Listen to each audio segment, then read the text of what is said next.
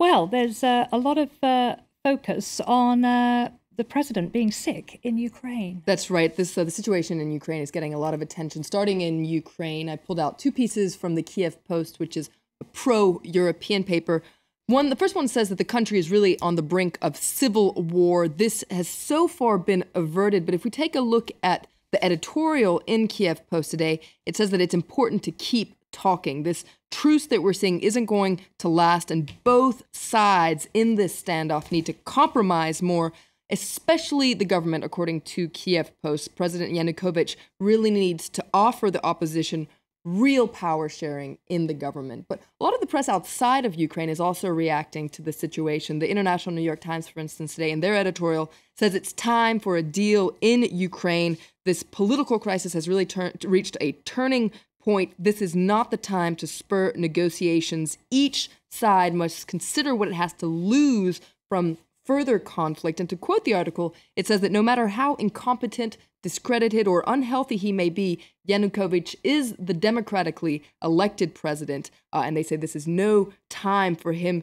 to be ousted by these demonstrations in Ukraine. That would be a dangerous precedent, according to the article. Okay, we're talking about ousting. Let's turn our attention to Egypt. And a lot of papers are focusing on Field Marshal Abdel Fattah al-Sisi. That's right. He got the green light from the top military council to run for president. This is an article in Libération that says that al-Sisi is writing his name in the sand. For a lot of Egyptians, he really represents Egypt's long-lost stability, according to this article.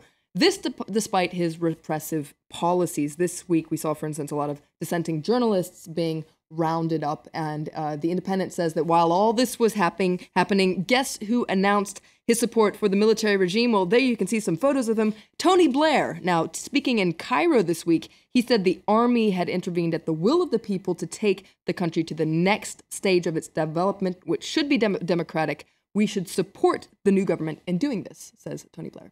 Okay, and staying in the Middle East, Scarlett Johansson is in the spotlight, but not for her acting. Not for her acting. It's bubble trouble for the actress. That's what Slate tells us today. Now, earlier this week, I was telling you what was going on with Scarlett Johansson. Why is she drawing so much criticism? Well, it's because she's become the global brand ambassador for SodaStream, which is this Israeli company that makes home soda makers, and one of their factories is in the West Bank. So this is why Scarlett Johansson has got a lot of criticism, including from Oxfam. Now, she has been the ambassador for Oxfam for 8 years, but far from shying away from criticism, she defended her endorsement of SodaStream and decided to call it quits with Oxfam, saying they had fundamental differences in their opinion. Now, an article in Jerusalem Post points out that SodaStream says that the factory it has in the West Bank provides lots of work for many Palestinians who work side by side with Israelis. So it's a good thing, according to SodaStream. And in fact, they plan on bringing Scarlett Johansson